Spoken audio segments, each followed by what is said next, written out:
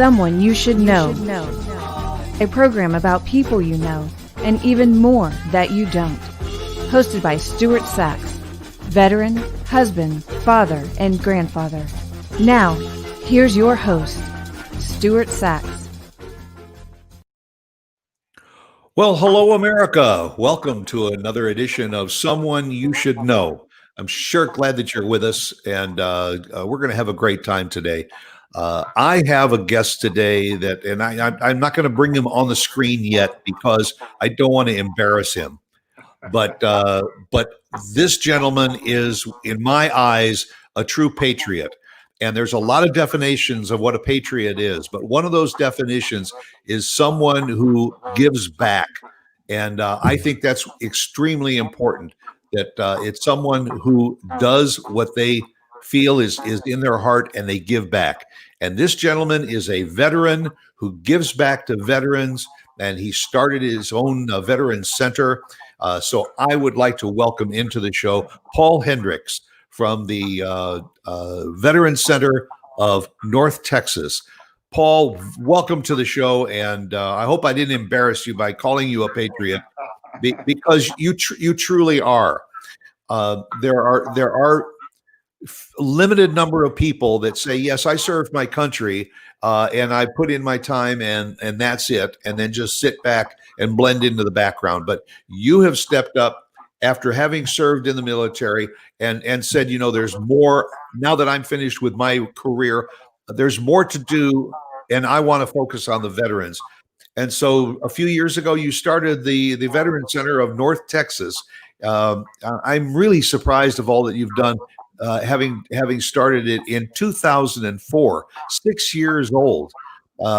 And so I welcome you, and I want you to take an opportunity to share with our both viewing and listening audience a little bit about the key items of what the Veteran Center of North Texas is all about. Well, Stuart, thank you, and thank you, radio audience. It's a great opportunity to be with you here and be able to address you.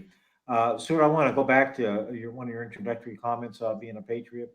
You know, one of the things that has kind of enlightened me, and this is maybe sounds silly, I spent 20 years in the Air Force doing what I thought was good deeds for the Air Force, and enjoyed doing that type of work. But I really never paid attention to our national anthem. Certainly, I saluted and stood at attention. But the very last words, I finally realized what they say: land of the free and the home of the brave. And, you know, the more I thought about that, unbelievable, the land of the free and the home of the brave. And I think that's what our country is all about and needs to continue to be all about. And as we started putting our Veteran Center of North Texas together and try to look at the opportunities out there, it just became more and more important. Land of the free, home of the brave. So we want to ensure that the land of the free is certainly something we can live with and work with every day.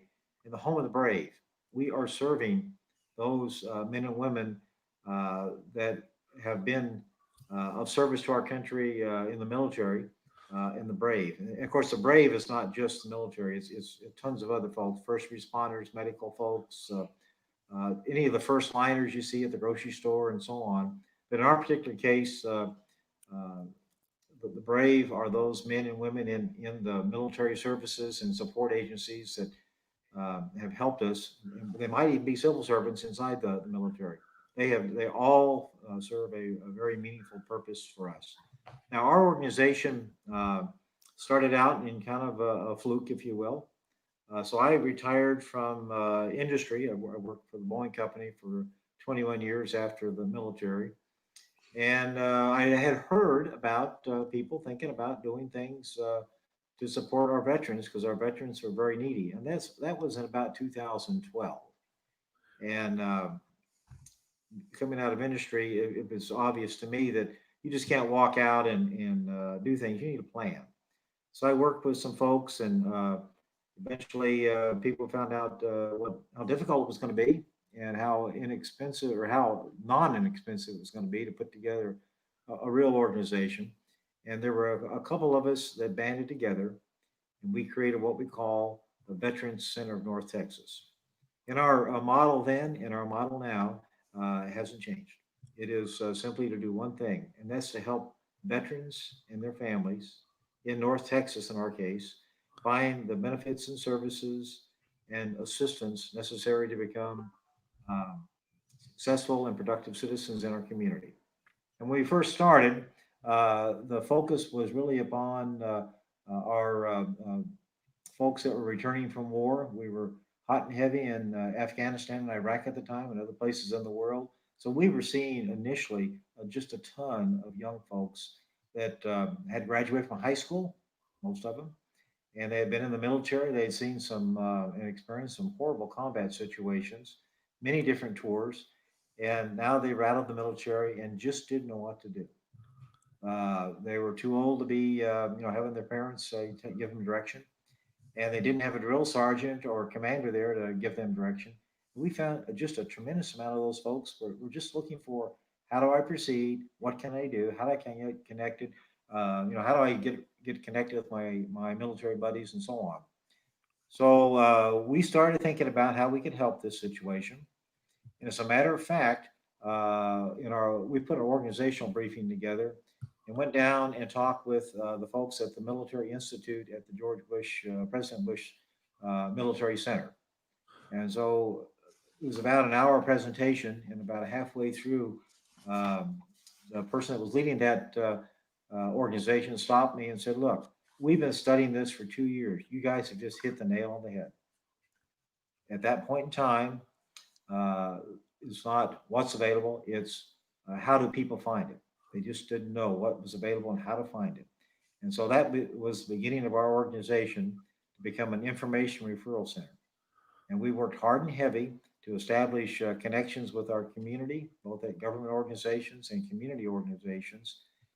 So we could do an intake with folks as they visit us, veterans now and their families, find out what their needs were, and help them get connected to the resources in our community that are funded to support and provide the services at either no or very low cost to help our veterans get reintegrated.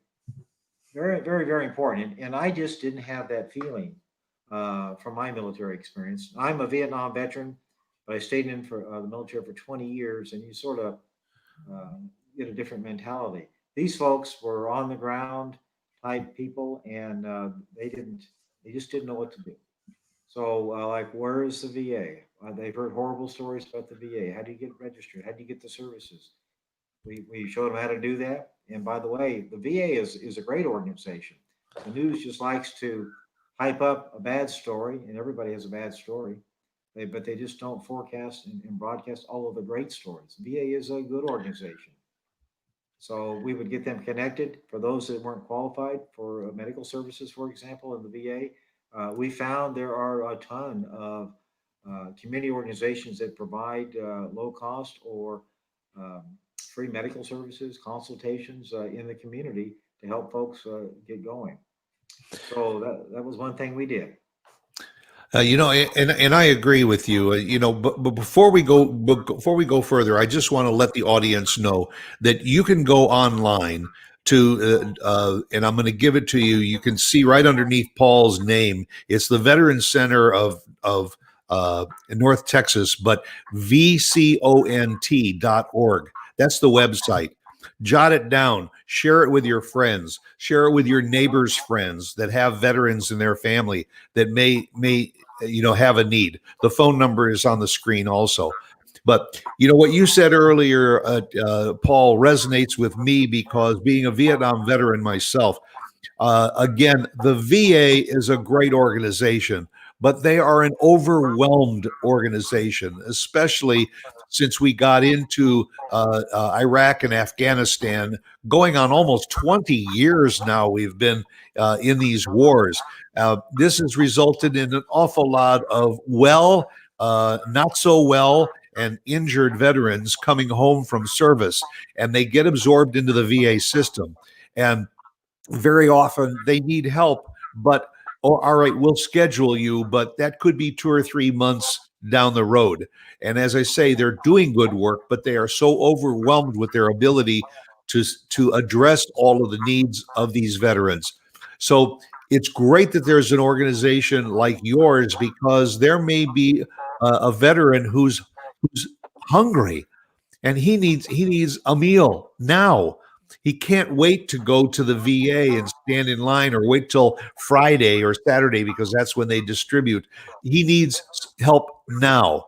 And so when I was visiting your center earlier this week, I certainly saw where you are not a food pantry.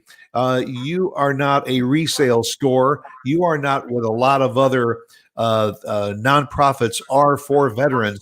But what you are is that think tank. You're the one that sits in the middle, and when somebody calls you or walks in your door and says, "I need some assistance," you're there to hook them up in quickly in the right direction. Uh, and that's what I think is needed right now for so many of our veterans. Um, as I say, when I was there, the hardest thing we talked about too is that veteran who says, "I have a need, I need help." We have so many homeless veterans that are living under bridges and living in abandoned vehicles because they have nowhere to go, and they are almost too proud to say, "I need help." They don't want a handout. You are that kind helping hand, and your staff is there to say, "We are here to help you. We're your brothers and sisters. We're not the administration. We're not the agencies out there. They're trying to rope you in. Are your brothers and sisters, and we're here to help." Is that a fair statement? Boy, that's exactly right on. I'd like to have you come work in our office there. You have great, great I'm working on advertising. that. There you go. So, Stuart, so we're proud of the fact that we are an information referral center. So we guarantee that when someone comes to visit us, we will find resources one way or the other. It goes through a lot of consulting to try to really understand what somebody really needs and why they need it. But let me react with you just a little bit there. So we started out as an information referral center, and we are well connected in the community. We are tied into over 150 different organizations in North Texas, and we serve 10 counties. And I'd like to review those 10 counties just for a moment. So the counties that we serve are Collin, Grayson, Cook, Hunt, Fannin, Rockwall, Kaufman, Dallas, Tarrant, and Denton counties. So it's a large footprint. It's a large territory. And how many volunteers do you have? We have 32 volunteers. 32 volunteers to serve. Just doing a rough addition. I'm thinking you're probably 250,000 people Well, in that according area. to, well, yeah. So according to one of the Texas websites, in that area, there's about 300,000 veterans. Now, just because you're a veteran doesn't mean you need help, but there are some of those folks that do need help, and we are excited about working with them, each and every one of them, every day. So we do a couple things which I think are unique. Number one, information referral is how we started, and we still maintain that. uh, we have found, just like you said in your example there are a lot of needy homeless, and just they're not necessarily homeless, but just needy veterans that can't put food on their table. So we have made arrangements, and we have food available, so that when they come in, we'll get them connected for longer term support. There's no issue there. But we have food in our little storeroom. We go through about 200 pounds of canned goods a week, and we do have some MREs available to help out and get people going. The MREs, which our military folks would know what that is, are really handy if you are homeless, or if we put you up in a hotel like we do a lot. You have to have something to eat, and we don't give money out to anybody. It just doesn't happen, not directly. But you can open those MREs and go to it, and people love them. If they're in a place that has a little kitchenette, the canned goods, all you have to do is open it up and warm it up, and you have dinner, breakfast, lunch, and dinner. So we're excited about being able to do that. And again, we go a couple hundred pounds of food. Doesn't sound like a lot, but we're talking 5 or 6 families a week. Um, that to us is really warming. When you see a family come in and they're living in their car, which we see unfortunately, and we we're going to work long term to get them some a longer stable environment to live in. But we'll put them up in a hotel for a while. We'll give them some food and stay with them. Then we'll try to work to get the longer term stability and housing and jobs and work whatever issues they have. There's just unbelievable. We're all human beings and we all have issues. Each and every one of us. I'll talk about me, not you, Stuart, but I'm sure I have plenty of issues. And I would guess that there's probably things that you would like to work on too. And everybody else that's on this radio station, there's nobody that's 100%. So we try to work on that. Add to that, we're living in a very troubled time because of the COVID-19 pandemic that has just turned our whole country, the whole world for that matter, upside down over the last 6 months. And the people that are in need, there are thousands, literally thousands of agencies that are out there to help people. But the fact that there is a veterans organization that focuses on assisting veterans, that's where that veteran, no matter what the need, can have a degree of pride to know that I have got brothers and sisters out there that can identify with my personal issues and will help me instead of putting me out in that sea of all those other agencies for me to try and swim around and try and find the answers. And we also talked earlier this week about the fact that we are not talking about people that have been homeless for a long period of time. This COVID-19, a lot of people were displaced from their homes. They were displaced from their businesses, from their jobs. They lost their jobs. Their benefits are running out. And this could be a professional that was making decent money and lived in a nice home with his family. And all of a sudden, it just got cut off. And so now he doesn't necessarily need long-term help. He just needs a little bit of help right now. And when he can call your number, he can go online, he can get some answers, he can visit with you and get connected to the right answers. Not only, I'm sure it makes you and your staff feel proud, but it's going to make that veteran feel proud because that help that they got became something that was very, very important. Mark, you just put it up on the screen, and that was the next place I was going to go, because we are about a week away from North Texas Giving Day, and folks, if you're listening and you want to help the Veterans Center of North Texas, which is one of over 3,000 organizations that are going to be asking for your donations, I want to tell our audience, please go to North Texas Giving Day and give to as many organizations as you can, even if it means investing $100 and giving $10 to 10 organizations. But just go in and do it. And between now and the 17th, take the time to go in and look at some of those organizations. And please, please, please make the Veterans Center of North Texas one of those organizations that you will give to. And there are a few reasons why, and that's what I want to talk to Paul about next. And that is that you have a couple of key events during the year that you have to raise the money to help your veterans, to fund your organization to do the work that you're doing. And COVID-19 just blew one of them out of the water.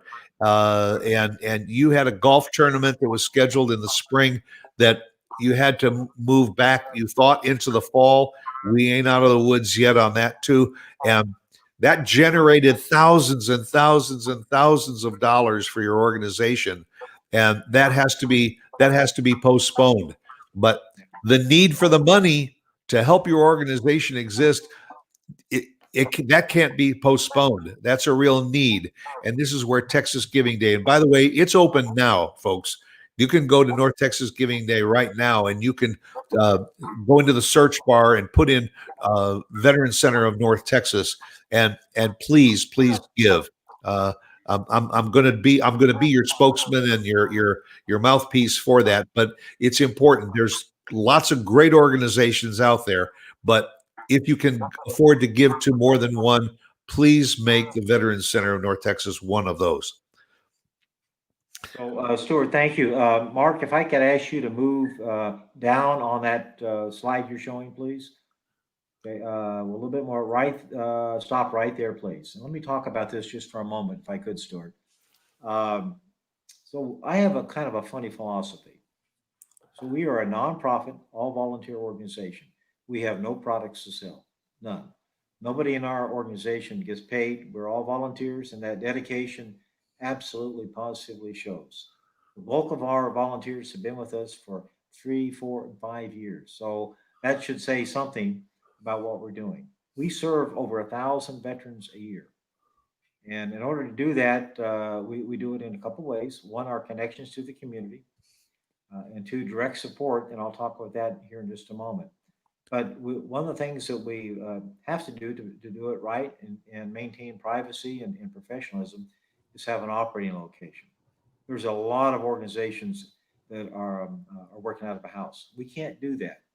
We have to have a private place to meet because we're dealing with people's personal information, with their privacy and their situations, and it's no one's business but theirs. And they volunteer to tell it to us, so we can try to help them. So we do not do fundraising all year long. We don't have events. I get criticized. Why aren't you having a stand down day or something? And uh, which are all good things to do. I'm not saying they're not, but we're there every day, every single day, Monday through Friday, from 9 until 4:30, serving veterans. That's our one and single focus, serving veterans. And I've had this belief. Where it came from, I have no idea. But I believe that if we do good work, money will follow. That money that we're talking about for North Texas Giving Day supports our operation. So we do two things. One, we normally have a golf tournament, and that golf tournament is normally in April. And it's called the Community Leaders Veterans Fellowship Golf Course, or golf tournament. And the purpose of that is primarily to have veterans play with community leaders. I mean, mayors, CEOs, presidents, just people that own businesses, run businesses, people that know how to do it. So that our veterans can meet somebody they might look up to, maybe get a job connection, maybe meet another person, network, so they can go forward and prosper.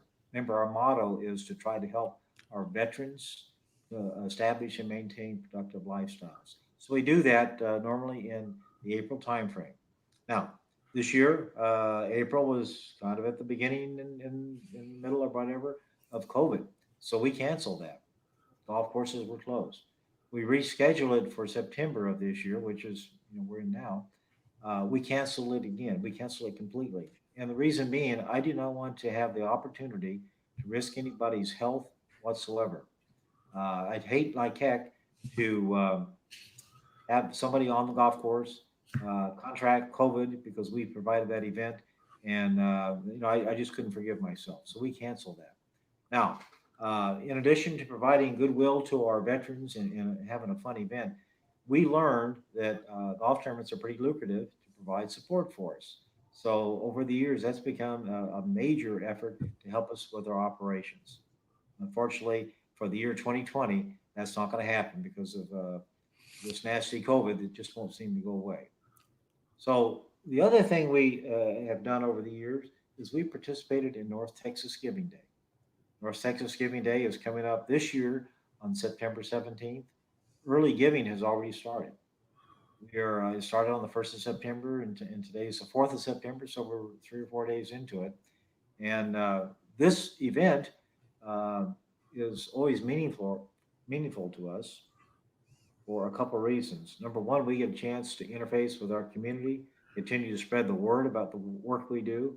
And the first message in all of our messages is, if you are a veteran, or if you know a veteran, send them to us so we can help them, or we can at least collaborate with them. So sooner or later, if they need support, they'll know where to go. That's always our first thing. Never do we talk about money except on North Texas Giving Day. So North Texas Giving Day is the vehicle that is this year in particular we're using to raise funds to support our operations. On the sort of the bottom of this view, there's a thing called a bit.ly shortcut. Can't say it. Bit.ly shortcut. So you can either go there, or you can go to our website, www.vcont.org. That's www. Victor Charlie Oscar November Tango.org, and you'll find the donation button there. When you click on either of the buttons, it'll take you right to our donation site, and you can give to the Veterans Center of North Texas. Now, there's a lot of organizations out there. I'm not saying only give to us, but please put us in your mix of giving, and I guarantee you, every single dollar goes to support our veterans. We take no money out of it. Nobody gets paid. Our payment is when somebody walks out the door with and they have a smile on their face. We glisten because we did one thing that we like to do. That's to help another human being, another veteran human being. You know, the need continues year after year after year. And when you have 1 year when you can't come up with the funds that you need to operate your organization, it often will cause some organizations to have to just close their doors. That's why, again, I'm going to plead with those that are listening and watching, and not necessarily even in North Texas, for all of you across the country. Go to the website. I'm gonna ask you to go to the website and make your donation, even more so than waiting until North Texas Giving Day. Why? Because the truth is that North Texas, North Texas Giving Day does get a percentage of all of the donations that are made to their website for all these groups that are there. You can donate with them, but keep in mind that a small portion of your donation will go to North Texas Giving Day for them to perpetuate that event every year. If you go to VCONT.org and make your donation, 100% of it will go to the programs for the veterans. And I believe that Paul, you told me that your golf tournament generates about $25,000 each year for your organization. That's $25,000 that is not coming in this year, and that you have to hope you get on North Texas Giving Day. So I'm sending a challenge out there. I know that there's veterans that are listening and watching this show, and I'm putting a challenge out there to 1,000 veterans that are watching and listening to this show, and I'll donate $25 to the Veterans Center of North Texas. If $25 from 1,000 veterans, that will put the money back into the coffers that they need to operate for the rest of this year, and they can sit back and start planning their golf events and their other things for next year. It's not an awful lot to ask. I know that there's veterans that are listening and watching to this show, and I know that there are some of you that have family members who are veterans, brothers and sisters, fathers and sons, and daughters that are veterans. Share this with your family and say, hey, listen, $10, $15, $20, $25, donate it to the Veterans Center of North Texas. And we also talked earlier that this is not just exclusive to North Texas. If you're living in Des Moines, Iowa, and you are a veteran and listening to this show, and you got a question about where you can go for help, you can contact Paul at the Veterans Center of North Texas, and he and his staff will find the answers that you're looking for in your neighborhood. So this is not just a Texas thing. They have got plenty to do here in Texas with just those 300,000 veterans that are in those 10 counties. But they are not going to turn anybody away that's got a question and a need. They're going to find an answer for you. And again, Paul, I applaud you and your 30-some volunteers for an organization that is only 6 years old and helping so many veterans with their needs. It's a wonderful thing that you're doing. Well, Stuart, thank you. I really do appreciate it. If we can get $1,025 donations, it's unbelievable. Let me say something about the cost of running a business.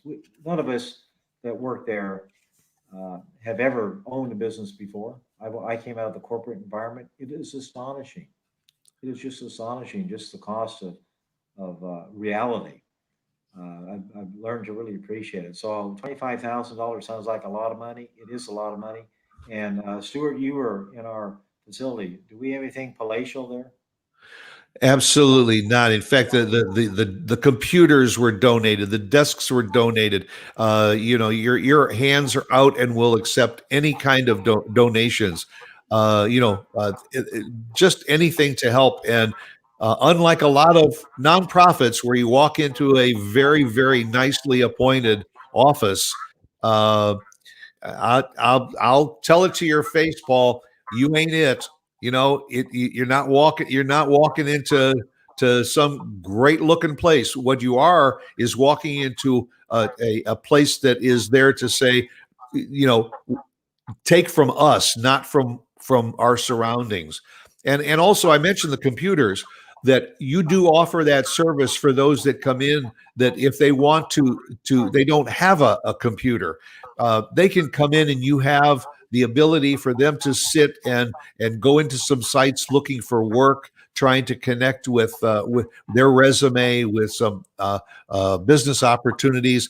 There really is nothing that you won't do for a veteran that will either call and then come in, or will just walk through your door. And by the way, you should give everyone your address, because you just recently moved from one suite to another in the same location. All right. Well, thank you for reminding me about that. Our address is 900 East Park Boulevard, Suite number 170, Plano, Texas. That's 900 East Park Boulevard, Suite 170, Plano, Texas. We're very easy to find. If you are familiar with the government buildings in Plano, we are housed between the county clerk and the tax office here, where you get your driver's license and pay your uh, car taxes and registration. And so we are easy to find. We would just love to have you come visit with us. Um, so a good lot of times, someone will come in and they like to tell war stories. And guess what? We enjoy listening to war stories, because we're all veterans there. Most all of us are veterans. And so I'm in the Air Force, so we're going to do hand signs and flying around like this. But the guys that have been driving tanks and shooting weapons and on ships and so on, they all have great stories, and we are good listeners. And by the way, we can tell stories as good as the next guy. And one thing leads to another. We develop that friendship, that camaraderie. And by the way, it takes about a minute to find out if someone is really a veteran. Um, and you can tell by talking to folks and so on. Uh, so we're very eager to talk with them. One thing that we also pride ourselves in addition to some of the merits we've been talking about, we will help people that have honorable discharges all the way down to dishonorable discharges. Things happen in life. Things happen in life, and some people will put their nose down to them and say, shame on them. We're not going to help them. Our philosophy is a little different. We are helping human beings. I don't really care what type of discharge you have. If we're using external community resources, we'll find an organization that will accept your discharge. If we have to go internally for our own resources to do it, we'll do that. Many times we've been able to get the discharges turned around if it's warranted, and get them into a better type capability. But because someone's homeless, for example, you don't close your eyes and let them go. That didn't help anybody. We want to get them off the streets. We want to get people jobs. We want to get them in respectable positions in our communities. We hold our veterans in very, very high esteem, and if they're not in the right status, we'll do our very best to get them in that right status if that's what they want to do. On the computers, people will come in and use our computers. That's fine, because sometimes they don't have access to computers. Some folks have a laptop, but they don't have internet access. Bring your laptop in. You can live on our internet all day long, as long as you don't wander off into the forbidden areas. But you can use our website or our internet and search for jobs, communicate with your family on the other side of the world, whatever is appropriate. We have a setting area, and you can sit there all day long. And there's obviously no charge to do that. And I do want to remind those that are listening too that the volunteers that you have, you don't have psychologists and sociologists and all of that on staff. You are not a drug rehab facility. You're not a suicide prevention facility. You don't offer temporary housing at your location. What you are is that middleman to the person that is in need with a solution that can help them. And that's very, very valuable because it may be that they need more than one thing, and you can put them in touch with various agencies all at once to help them immediately, and that's important. We talked about helping people, and I want to spend a few minutes, and Paul, I want you to share with our audience. The story of Deanna Sanders, who reached out to the Veterans Center, and she was written up not too long ago in the newspaper because she was a veteran who came from a fairly good background, but there was a wrong turn in her life.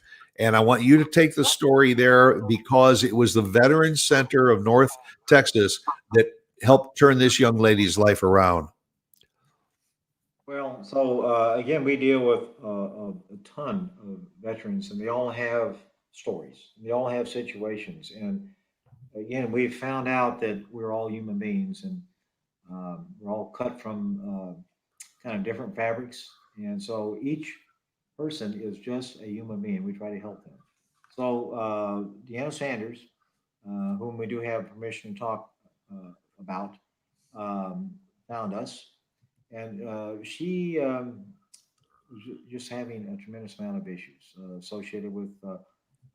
Well, it started out with her Navy career. She was in the Navy for a while and experienced some problems and had to leave the Navy. She became a disabled Navy veteran and is receiving some VA compensation for her issues and treatments. But she was not able to work.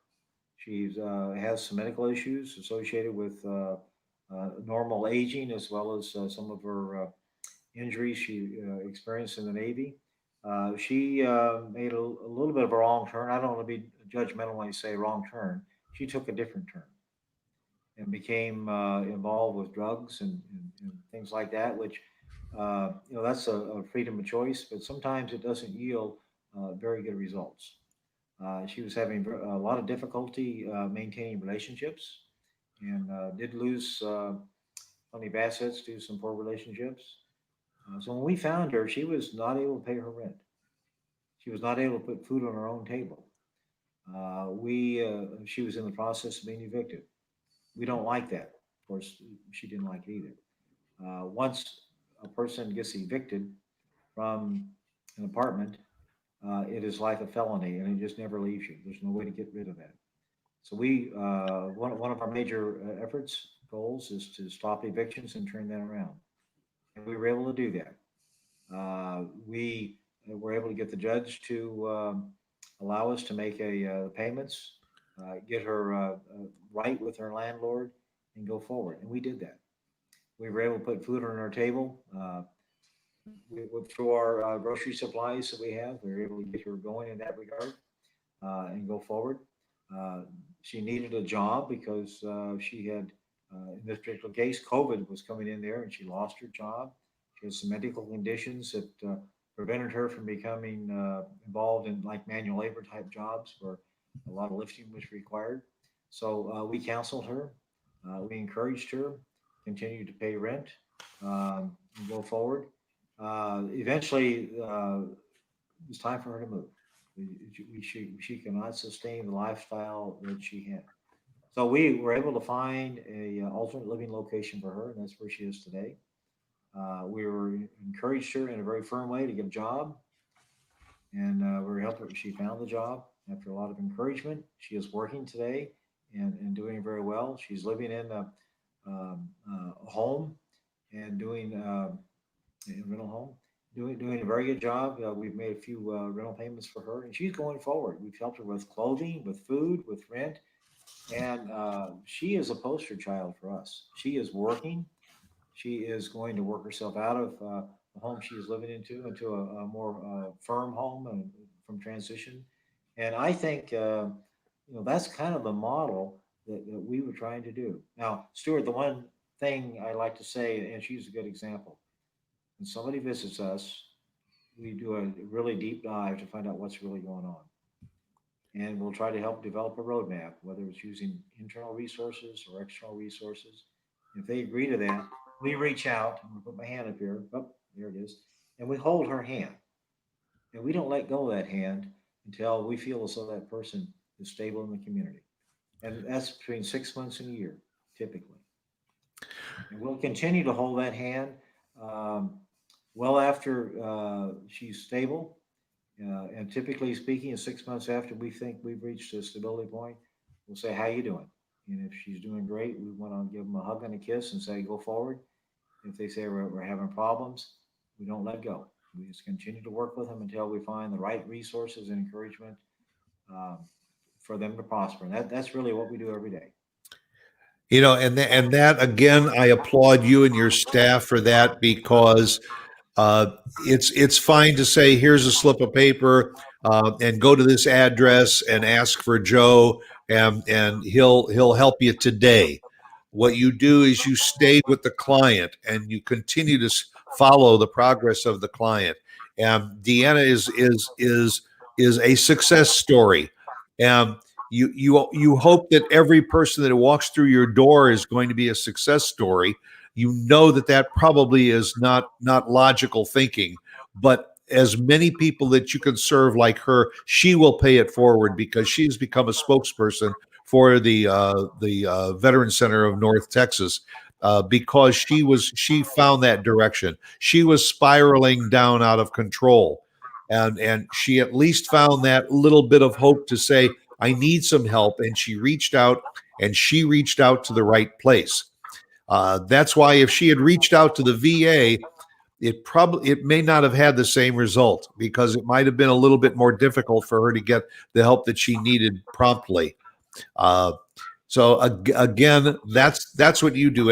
And Paul, one thing that I want to know personally too, and I want you to share with the audience, is after serving in the military for 20 years and then being in the corporate a realm for another 20 years or so, what was it that made you say that this is what I've got to do? And also, how did you say to yourself, I have the ability to do this? Because I don't have this business background to organize this nonprofit. You became a nonprofit. You're only 6 years old. What was that motivation that you had, and then turn around and share it with 30 some other people that have stepped forward to help? Well, great question. There's a lot of things in life that you just can't explain. You just can't explain. My education and career has been an engineer, very conservative, very far right, very cut and dry. I have no idea. Somebody is leading us, every single one of us. I don't know. I just can't. And people have asked that question before. I don't know. I earlier on in my life, I would say, "Hey, get off your fanny and get to work." Today, I know that's not. It's just inappropriate, and it's a lot easier said than done. I don't know what's driving us, but everybody in our organization will tell you the exact same thing. They don't know why they're there, but they're not leaving. It's just one of those moments that kind of gives you goosebumps, and you say, "Why? I don't know." You came out of the military, you came out of the corporate world. You probably are in a position you could have said, I'm just going to sit back and I'm going to play golf 2-3 times a week and take it easy and vacation and go down to the lake and do some fishing but you're in that office 5 days a week. You're there to help, and if this has struck a chord with any of those that are in the DFW area, that you have said to yourself, I can afford to give 4 or 5 hours a week, to go over and help the Veterans Center. Look at 10 counties, and they've got 34 volunteers. I'm sure that they can use another 30 people to help with what they're doing. And so if you've got a little bit of time and you say, you know what, I'd like to help out other veterans too, whether you're a veteran or not, but you just want to help veterans, and I'll contact Paul and ask him. I'm sure that he's got a chair that you can occupy for 4 hours a week and help others. Stuart, thank you. We are always looking for volunteers. So a lot of times people will contact us, corporations especially, saying, hey, we've got 20 people that would like to come over and do something. That's wonderful. We don't do that kind of thing. We're looking for each person to come in, put you on the calendar, do your training, and just be dedicated to help people. How long is the training? So we do training. It takes about a month to spin up. We have book training. We have presentations training, stand-up training, as well as over the shoulder. After we go through that, over the shoulder is a good month, maybe 2 months, depends on the person's background. And then the way this works, after everything's said and done, no one is ever by themselves. There's always two people. One is a junior person with a more senior seasoned person, and they work together. And then we always have one of our officers, like myself, in the building, providing supervision and keeping a good watch on things. It's a fun environment. It really is. We laugh at ourselves about what we're doing, and we cry because of our successes. So we would really love to have volunteers to 4 hours a week, not a whole lot, so half a day, once a week is all we're looking for. Well, and again, I just want to reiterate to the audience and all, if you've got the time to help out physically at the Veterans Center, please call the number, get in touch with Paul, and say, I'd like to come down and see what the opportunities are for to help you out. And the other way is financially, folks. I put out the challenge: 1,000 veterans give $25, and you can replace the money that's missing from that golf tournament that they were hoping to raise those funds to operate with. So, do it when you're finished with the show, or sometime over the weekend, or if you want to wait till North Texas Giving Day. But please put the Veterans Center of North Texas on your list of places to give, because they're channeling every dollar that you give into the right direction to help our veterans who really need our support and our help. So, beyond that, Paul, I can't thank you enough for all that you do for our veterans. I thank you for serving our country. And I thank you for taking what you have done and learned and now channeling it in the right direction to help our veterans going forward, and for taking the time to be with me on the show today. Sure, thank you. Thank you, radio audience. This is really an honor to be with you, and I hope that our message here is ringing with you, and that you will volunteer with us. You will send us veterans, and if you have the ability, 1,000 times 25 would be wonderful, but any donation is wonderful. We really appreciate getting through this hump and continuing to serve our veterans. I really appreciate it. Thank you, thank you, thank you. Well, the information is on the screen right now. You can go to the website, you can call, and I'll make those donations either directly to VCONT or to North Texas Giving Day. And again, you're a patriot, Paul. I thank you very, very much for being that, and you're a good friend to the community and to our veterans, and keep up the great work. And to our audience, thank you again for spending this time with us. Share this program, if you will, with your friends and family, so that they know more about the Veterans Center, and go out and be yourself, because everyone else is taken. See you later.